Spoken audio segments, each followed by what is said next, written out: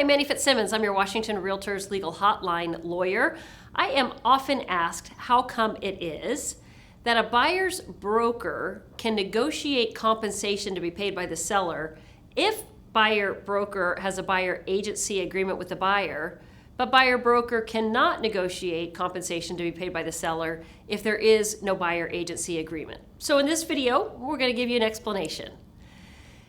Think about a scenario, a traditional scenario, where a seller has offered compensation to the buyer broker through the vehicle of both a listing agreement and then an offering by the listing firm to the buyer broker firm through the MLS. In that scenario, listing firm and seller have negotiated compensation that seller is offering to the buyer broker through the listing agreement. So listing firm and seller are the contract parties to the listing agreement. And in that listing agreement, the seller makes an offer of compensation to a buyer broker. The listing firm then takes that offer of compensation and publishes it through the MLS to other MLS members. And based on the MLS agreement between firm members of the MLS and the MLS itself, there is this offer of compensation originating with the seller, offered through the listing firm to the selling office. Selling office is not a party to that compensation agreement. Instead, there is an offer of compensation from the seller, and when the selling office shows the property and ultimately writes an offer on the property, the selling office is effectively accepting that offer of compensation.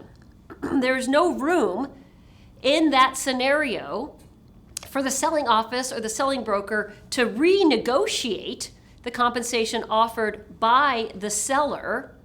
And in fact, it would likely be a violation of ethics rules and or MLS rules for a buyer broker to attempt to negotiate with the seller's offer of compensation, the seller's existing offer of compensation asserted through the MLS, and again, based on that listing agreement.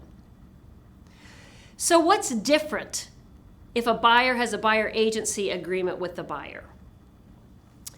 When a buyer, let's go back a step. Set aside that discussion about selling office compensation and think for a minute about buyer closing costs. Is it okay for a buyer broker on behalf of a buyer to ask the seller to pay things like buyer's loan origination fee or buyer's title and escrow fees or buyer's recording cost, anything that's a traditional buyer closing cost? Is it appropriate for buyer broker on behalf of buyer to negotiate with seller for seller to pay buyer's closing costs? And the answer is an easy yes, that's okay.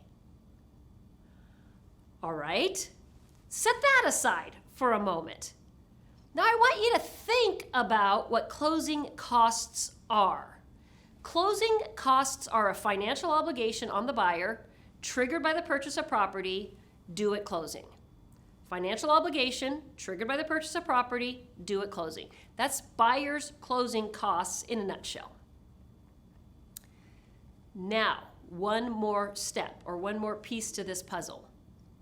When a buyer signs a buyer agency agreement with a buyer broker's firm, what does that buyer take on to themselves through that agency or compensation agreement?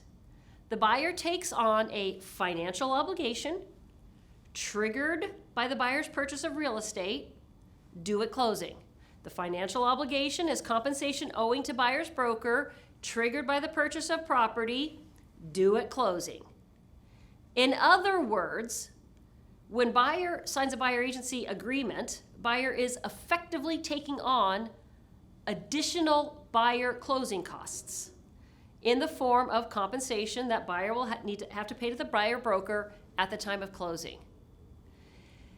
Considering that, the obligation owing to a buyer broker set forth in a buyer agency agreement, or the compensation owing to a buyer broker because of a buyer agency agreement, because that obligation is akin to, if not actually, buyer closing costs, then buyer broker can negotiate seller's payment of those buyer closing costs. So if you put this in the context, for example, of our Form 41, which is the buyer agency agreement, if buyer and buyer broker sign the buyer agency agreement, creating that financial obligation on buyer, and then buyer adds to the purchase and sale agreement a Form 41C, the compensation addendum. And the way that would happen is on the face of the purchase and sale agreement, buyer broker would fill in the amount of selling office compensation offered to the buyer broker. And if it's not the right amount for compensation to the buyer broker, then the buyer and buyer broker would mark the other C addendum box associated with that disclosure of the amount of compensation offered by seller. That would direct the parties back to the addendum. If the parties then mark a box that says that the selling office compensation is insufficient to meet the buyer's payment obligation with respect to compensation, because either seller has offered no compensation or seller has offered some compensation but not enough, now buyer broker has the buyer agency agreement. And because that has effectively created a closing cost obligation on the buyer, because of that, buyer broker is now free to negotiate with seller on behalf of buyer for seller's payment of buyer's obligation to compensate buyer broker. Understand that in that scenario, neither buyer nor buyer broker are challenging the amount of selling office compensation that the seller has already offered. The buyer and the buyer broker are not challenging the amount of compensation the seller has already offered. In effect, buyer and buyer broker are saying, seller, thank you for that offer of compensation. We'll take it. We'll take your offer of compensation. We're not challenging it. We're not renegotiating it.